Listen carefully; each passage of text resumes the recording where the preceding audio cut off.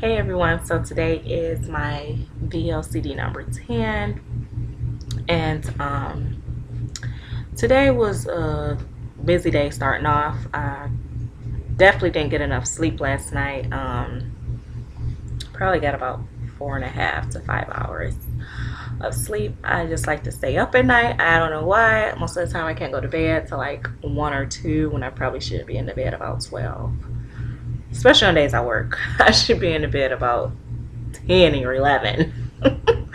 So I really didn't get a whole lot of sleep last night.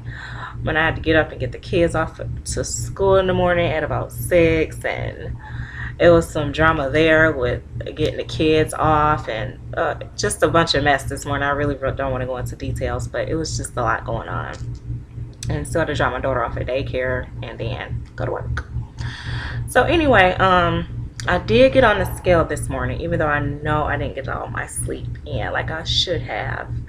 I got on the scale and it said I was the same. So I didn't lose, I didn't gain. It was just the same. Same thing it said yesterday morning. It's fine with me. I'm sure it was the sleep. I know for sure it wasn't the water intake because I drank over 3 liters of water yesterday. I drank probably about 3.5 to 4 liters of water. So I know that it wasn't the water intake. It probably was my sleep more so than anything. As you all know, if you don't get enough sleep on this protocol, probably won't see the results as of yet. And on top of that, I'll weigh like the same time every day. And so for me to weigh in the morning, before I go to work, I normally don't weigh that early. I normally don't weigh till like 10:30 or 11. And when I have to go to work, I have to weigh in at like 7:38. So that could be a reason why. I'm sure it was the sleep. So not too concerned with it.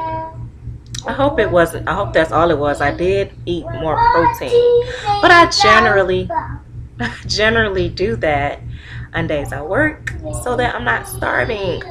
Like today, for instance, I usually eat my apple in the morning. So I tried to eat my apple, but I was running a little behind this morning, so I wasn't even able to eat my whole apple before work. And for lunch, I just had a small piece of chicken and some veggies, and that was it. And I had tea. I drank tea most of the day. That didn't keep me full very long. I mean, I ate lunch at about 12, 1 o'clock, and by 5, my stomach was growling. It was really growling, and I'm like, okay, so can't wait to get home. It might not be bad if I had a sit-down job, but I don't sit down. I have to stand up and walk around and do a lot of stuff, so I'm sure those calories were probably burnt off within the first hour and a half. So I think that's one of the reasons why I was so hungry today. So it was really hard trying not to stop at McDonald's or somewhere and grab me some french fries or a burger and then come home.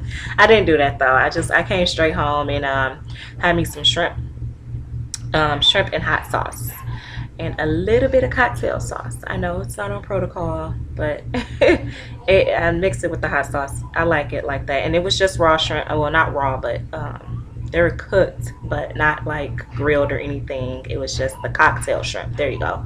So I had cocktail shrimp. I prefer to eat them like that. And I had a little bit of those and started drinking my water, and I feel better now. Stomach's not growling, so that's a good sign.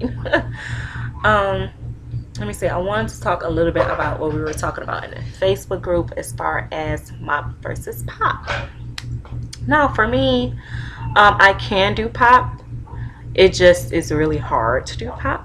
I guess because I don't like all the veggies that we are supposed to eat on the protocol. I'm kind of picky when it comes to that. So I guess that's one of the reasons why I am more so mop, especially when it comes to adding broccoli in. I like the broccoli. It's really low in calories and doesn't seem to affect me. I also think because, excuse me, I'm not doing RX HCG, that it won't, I guess, affect me or mess my hormones up as much. I know some people are saying, the hormonal effects that mop has versus pop. So I'm like, yeah, I can definitely see that. But people who are on homeopathic drops or whatever, I don't know if those effects are the same. Like, I don't know if you still mess up your hormones with being mop. So I guess that's another reason why I feel like I can kind of be mop versus pop. My very first round, I was more mop, more pop than anything, and then any other round that I've ever had, I was like really strict to the T when I first tried it, because I'm like, okay, well, it says we can only have this. This is what I'm gonna have. And my first round, I kind of dredged through the veggies and just had a lot of spinach, a lot of lettuce, and I even ate cucumbers, even though I'm not a big fan of cucumbers. So I just was like, oh well, suck it up and eat these damn cucumbers. So yeah, first round I was probably more pop than any other round.